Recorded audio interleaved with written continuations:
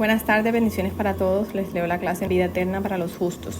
El desarrollo y la explicación de esta clase está basado en los siguientes versículos. En Eclesiastés 3:11 dice: todo lo hizo hermoso en su tiempo. ¿Quién? Dios. Sabemos que Él es el Creador. Y ha puesto eternidad en el corazón de ellos. ¿De quiénes? De nosotros, de la humanidad. Sin que alcance el hombre a entender la obra que ha hecho Dios desde el principio hasta el fin. Acuérdense que no podemos entender a Dios, incluso Él no nos pide que lo entendamos. Él pide solamente que lo obedezcamos, aunque no entendamos todo el tiempo. Hay cosas que el Señor con el tiempo nos irá explicando, nos las hará hacer entender, nos las hará entender, pero hay muchas otras que nuestra capacidad y mente finita no va a poder comprender la obra y los proyectos y los propósitos infinitos de Dios. Sigo leyendo. Todos los seres humanos, o su gran mayoría, reconocen que hay vida después de la muerte. Incluso los que no aman, obedecen a Dios, porque sabemos que amar a Dios es obedecerlo, ¿verdad? Como dijo Jesús, el que ama a mi Padre, el que me ama, obedecerá los mandamientos. Saben que cuando mueren los seres humanos, ¿verdad? La mayoría, aunque no ame, incluso los que están apartados de Dios, saben que cuando muere un amigo o familiar, ese ser debe estar en algún otro lugar y no solo muerto en el cuerpo que enterraron. E incluso con sus palabras afirman esto al decir: Dios te tenga en su santo reino. Eso lo hemos visto, ¿verdad? Cuando a alguien se le muere un familiar, un amigo, que lo publica en las redes, o incluso cuando está hablando de eso, dice: Dios lo tenga en su santo reino. Aunque quizás no sea ese el lugar donde realmente esté esa persona, ¿verdad? Pero ellos con esa afirmación, con esa frase, están dando a entender, o nos están, dejando saber que ellos creen y que ellos saben, sienten en su corazón que algo hay después de la muerte física, que hay una vida después de la muerte, ¿verdad? ¿Por qué? Porque el mismo Dios, en el versículo que ya les leí anteriormente, puso ese sentir, esa verdad en nuestro corazón, de que hay algo después de la muerte física, de que todo no es solamente esta vida. Siguiente versículo. Y de la manera que está establecido para los hombres, que muera una sola vez, y después de esto el juicio, que muera una sola vez. Esa es la muerte física. Nadie muere físicamente dos veces. El único que murió físicamente dos veces fueron las personas que resucitó Jesús cuando Él estuvo aquí, como Lázaro, el hijo de la mujer viuda, que dice que venían por la calle una mujer que era viuda y ese era su único hijo, y venían cargando el féretro, y el Señor se compadeció del gran sufrimiento de esta mujer, ¿verdad? Porque el marido se le había muerto y ahora el único hijo que tenía también se le había muerto, y Dios se le compadeció de ella, Jesús, y tocó el féretro y le dijo al muchacho que se levantara y resucitó. También la señora que resucitó Pedro, bueno, en fin, todas las resurrecciones que hubo en la época de Jesús fueron las únicas personas que murieron físicamente y volvieron a morir por segunda vez físicamente. Pero todos los demás que no han resucitado físicamente, vamos a morir físicamente una sola vez. Esto lo dice en Hebreos 9:27 y dice que después de esa muerte viene el juicio. Este juicio que viene después de la muerte física es aquel donde rendiremos cuentas a Dios de lo que hicimos con la vida que Él nos dio, si cumplimos el propósito para el cual nos creó o si vivimos conforme a nuestra propia voluntad. Aunque Dios ya sepa, después de que cada uno muere, hacia dónde va esa persona, o sea, hacia el infierno o al cielo, a todos nos hace un juicio, porque Él es un Dios justo y no emite castigo o recompensa sin antes dejar por sentado la razón de la sentencia que emitirá. Él ya sabe y nosotros debemos saber cómo vivimos en esta vida nosotros, ¿verdad? Lo tenemos claro, pero incluso Él a cada uno le hace un juicio después de que muere, el juicio delante del trono blanco. Nosotros vamos a comparecer delante de su trono y Él, así como muchas personas que han muerto y digamos que han pasado por ese tiempo como que se estaban yendo, estuvieron en coma o los resucitaron con primeros auxilios en la clínica, ¿verdad? Se había muerto por unos minutos, por unos segundos. Ya ustedes han escuchado estos testimonios y que estas personas dicen que fueron al cielo o que fueron a algún lugar donde le estaban pasando toda su vida como en cámara rápida, así en varias imágenes, ¿verdad? Porque Dios va a pasar por tu mente, por tus ojos. No sé cómo lo hará de alguna forma, pero lo va a hacer. Lo va a hacer, nos va a mostrar todo lo que hicimos, nos va a mostrar si cumplimos su voluntad, nos va a mostrar en qué fallamos, cuando pecamos, todo. Y aquellos que murieron en Cristo van a tener la justificación de Jesús, porque Él es nuestro sumo sacerdote en los cielos, es esa persona que nos defiende, es nuestro abogado, como dice la palabra, y nos va a defender. Pero los que murieron sin Cristo, se le van a mostrar todos sus pecados y todas sus obras, pero para ir al infierno, para condenarlos. Se les va a mostrar por qué, porque así mismo como acá en el mundo físico tenemos que comparecer, aunque por ejemplo alguien mate a alguien y lo hayan incluso cogido infraganti, o sea, le hayan visto en el momento que él estaba cometiendo el asesinato, aún así esa persona merece un abogado, ¿verdad?, que lo defienda. Pero ¿qué va a defender si ya lo vimos que estaba asesinando al otro? Aún así, porque las leyes establecen eso, que todas las personas, aunque lo hayan visto infraganti en el acto delictivo, merece un abogado que lo defienda, o que por lo menos les tengan que leer sus derechos. Mira, tienes derecho a esto, a lo otro, y tiene derecho a un juicio donde va a comparecer delante del juez, y es el juez con las pruebas que el fiscal le va a mostrar. Yo no sé mucho de derecho, pero esto es por encimita lo que puedo comprender. El fiscal le va a mostrar, ¿verdad?, todas las pruebas, les va a mostrar todas las pruebas, todas las evidencias que lo señalan como culpable, aunque ya él mismo y la persona que lo vio cometiendo el delito saben que él es culpable. Hay que tener unas pruebas, ya sean pruebas verbales, testigos oculares, de pronto haya pruebas físicas, ¿verdad?, que donde recolectaron la sangre, el lugar de los hechos, objetos, no sé, huellas, muchas cosas, ¿verdad? Muchos tipos de pruebas, pero se deben presentar pruebas, aunque ya esta persona y el que lo vio, o la persona que lo vio cometiendo el asesinato, sepan ya indudablemente que es el asesino. Hay que presentar pruebas para luego entonces emitir una sentencia de los años o de la cadena perpetua o de la sentencia de años que le vayan a dar en la cárcel. Así mismo es en el mundo espiritual. Aunque nosotros sepamos cómo vivimos esta vida, Dios sabe bien todo lo que hicimos, incluso lo que a nosotros se nos olvidó. Hay muchos pecados que ni nos acordamos, por ejemplo. Muchas cosas que de pronto ya pasaron hace tanto tiempo que ni nos acordamos.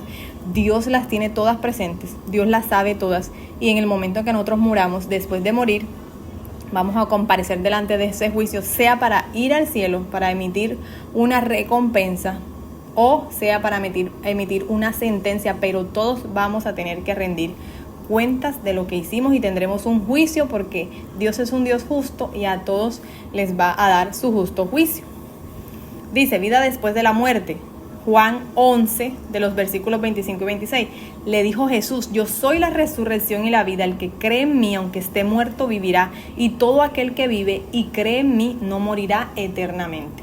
La muerte eterna es el sufrimiento eterno en el infierno. La vida eterna es la vida en el cielo de todos los que murieron y mueran en Cristo. Entonces, cuando él dice aquí, yo soy la vida, el que cree en mí, aunque esté muerto, vivirá. Puede ser la muerte física, que aunque haya muerto en Cristo, Dios prometió que Jesús va a volver y va a resucitar a todos los que murieron en Cristo, y vamos a resucitar con cuerpos glorificados y vamos a ir al cielo con Él. O incluso los que están vivos y están muertos espiritualmente, si creen en Jesús, vienen a la vida. Son nuevas criaturas y viven espiritualmente. Comienzan a vivir espiritualmente aunque estén vivos físicamente, pero están muertos por dentro. Mas si creen en Jesús, como dice la palabra de Dios, el que confiesa con su boca y cree con su corazón que Jesús es el Señor y que Dios lo levantó entre los muertos, vivirá, ¿ya? Tendrá vida eterna, será salvo, dice la palabra. Entonces, la muerte eterna es el sufrimiento eterno en el infierno. A eso le llaman muerte eterna. Aunque la persona ya va a estar viva, ¿verdad?, con un cuerpo que no se va a acabar, con un cuerpo que va a sentir dolor, pero que ellos no van a morir, van a desear morir y no van a poder morir. Ya, su cuerpo, el que van a tener allá en el infierno, porque va a ser un cuerpo, van a tener un cuerpo. Va a sufrir muchísimo, habrá dolor y crujir de dientes, dice la palabra de Dios, pero no van a poder morir como que, ay, sí, ya esto me duele demasiado, ya que me maten. No, va a ser un sufrimiento eterno. Y la vida eterna es la que Dios nos dará y la que viviremos cuando los que ya murieron y los que muramos en Cristo. Dice Salmos 116:15, estimada a los ojos del Señor es la muerte de sus santos. Les explico aquí. Cuando alguien se muere en Cristo, es natural que sus allegados sientan dolor por su partida, pero Dios se alegra porque irá a donde Él está y el Señor ama estar con sus hijos. Mas cuando muere alguien que irá al infierno, Dios se entristece porque Él no quiere que nadie se pierda eternamente. Para nosotros es doloroso perder a un familiar, pero para Dios, si ese familiar se fue con Cristo, no es doloroso, es alegría. Así como dice la palabra de Dios que hay fiesta en los cielos por un pecador que se arrepiente. Asimismo dice, estimadas a los ojos, o sea, algo bueno, delante del Señor es la muerte de sus santos. ¿Por qué? Porque cumplieron con su propósito. ¿Por qué? Porque aunque de pronto hayan vivido una vida conforme a su voluntad, pero en el último momento quizás Dios les dio la oportunidad y ellos se arrepintieron, se fueron con Él, aunque no hayan cumplido el propósito que Dios, para el cual Dios los creó, se murieron, se fueron con Él, aunque hayan creído en último momento, se fueron con Él, no se perdieron eternamente. Dice la palabra de Dios que Él no quiere que nadie perezca, porque Él es bueno, Él nos ama, Él no quiere que vayamos a sufrir eternamente en el infierno, pero muchas oportunidades nos está dando, muchas veces nos está hablando, de todas las formas está tratando de llegar a nosotros y somos nosotros los que no le abrimos la puerta. Entonces ya ahí, si Él nos dio libre albedrío, ahí no va Él a hacer nada, ¿ya? A obligarnos a mira, ves, no quiero que perezcas, por favor, y te arranco y vienes para acá porque sí, porque yo quiero. No, Dios nos ama, pero también nos dio libre albedrío y Él respeta los principios que Él estableció en su palabra. Y uno de esos es el libre albedrío, que es la decisión y la voluntad propia del ser humano, que nosotros podemos tomar decisiones aún sean diferentes que lo que Él quiere para nosotros. Dice Romanos 6:8, y hemos muerto con Cristo, y si hemos muerto con Cristo, creemos que también viviremos con Él.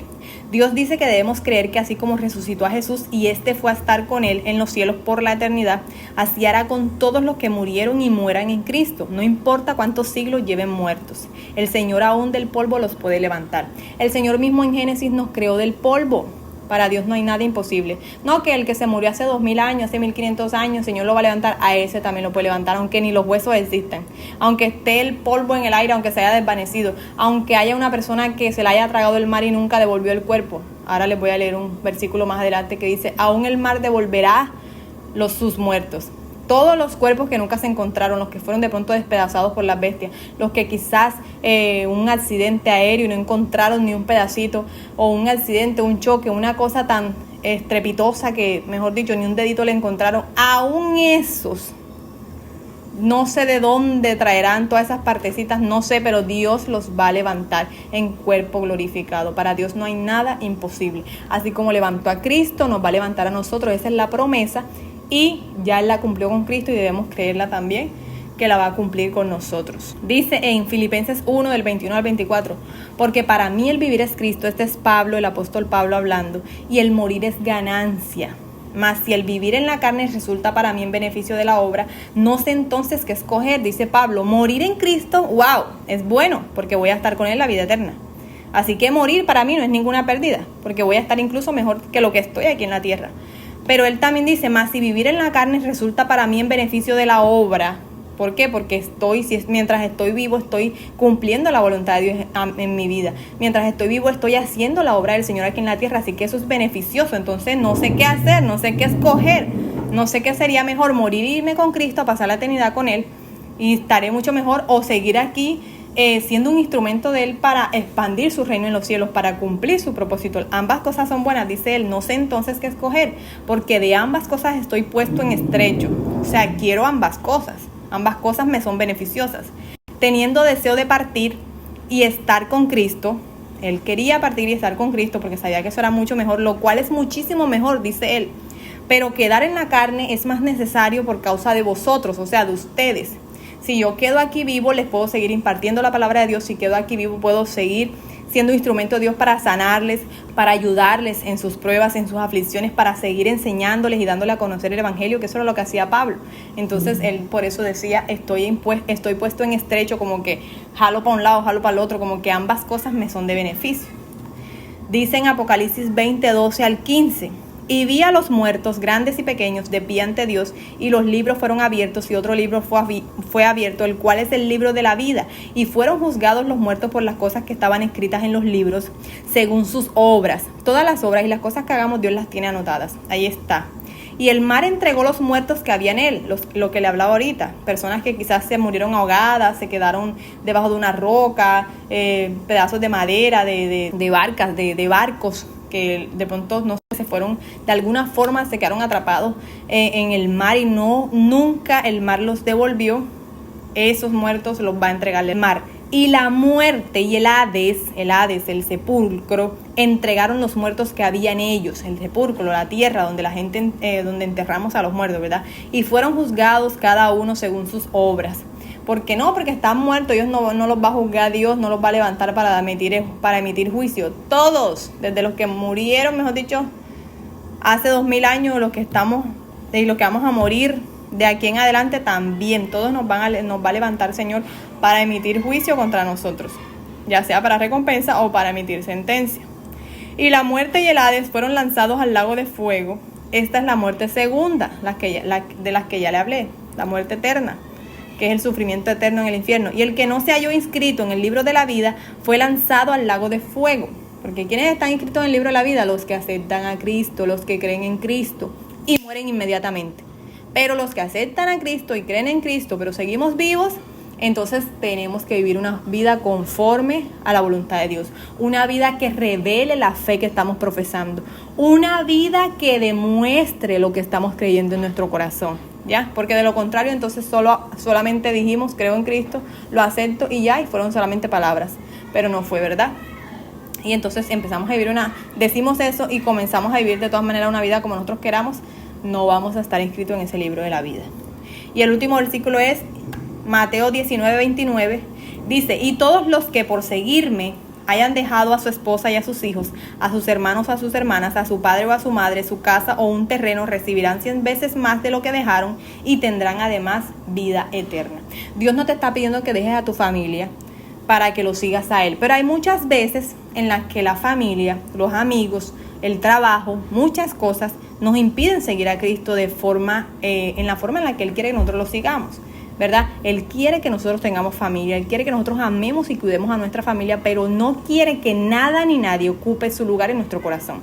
Si tú estás más dedicado a tu trabajo, si tú estás más dedicado a tu físico, si tú estás más dedicado a tus hijos, a tus padres, a tu esposo, a tu vida social, entonces ese es tu Dios.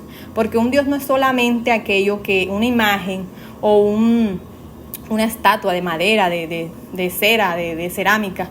No, un Dios es todo aquello que ocupa el lugar de Dios en nuestro corazón, y Dios es un Dios celoso, como dice su palabra. ¿Ya? Si tú lo primero que te levantas, por ejemplo, hay personas que tienen como Dios a la comida, la misma palabra de Dios dice en un versículo, que han hecho de Dios al estómago, porque son demasiado glotones y viven pensando todo el tiempo en comida.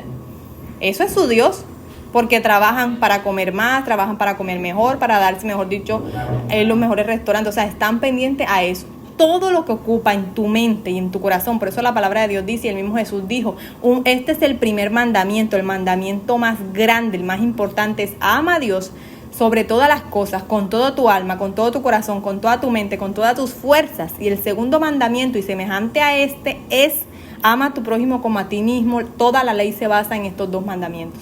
Entonces, si tú amas más, y eso se va a notar en tus acciones, en tus pensamientos, en tu forma de hablar, en tu forma de vivir, ¿qué es lo que tú más amas? Se va a notar si tú amas más a Dios, o tú amas más a tus hijos, a tus padres, a tu esposo, a tu esposa, a tu trabajo, tu vida social. Se va a notar, porque lo que tú más amas, a eso dedicas más tiempo, eso es lo que más te cubre tus pensamientos, en eso es lo que tú más trabajas y sirves. A eso es lo que tú más dedicas tu vida, y esto no quiere decir que Dios quiera dejar de lado que tú no trabajes, que tú no tengas familia, que tú no te dediques a las cosas que Él te ha puesto. No, Él quiere que tú disfrutes tu familia, que disfrutes también tu vida, pero que lo primero sea Él. Y cuando Dios es primero, tú vas a manejar todas estas áreas de tu vida, familia, vida social, tu vida física, tú mismo, ¿verdad? Tus hijos, todo alrededor, o sea, girando alrededor de lo que Dios diga, de lo que Dios haya dicho y en la forma en que Él quiere que vivamos todas estas áreas. Bueno, hasta aquí llega la clase de este día. Dios les bendiga, espero la puedan comprender, la puedan escuchar varias veces. Si de pronto a la primera no la comprenden un poco, ya saben que si tienen dudas pueden escribirme, siempre voy a estar pendiente a sus preguntas. Dios les bendiga.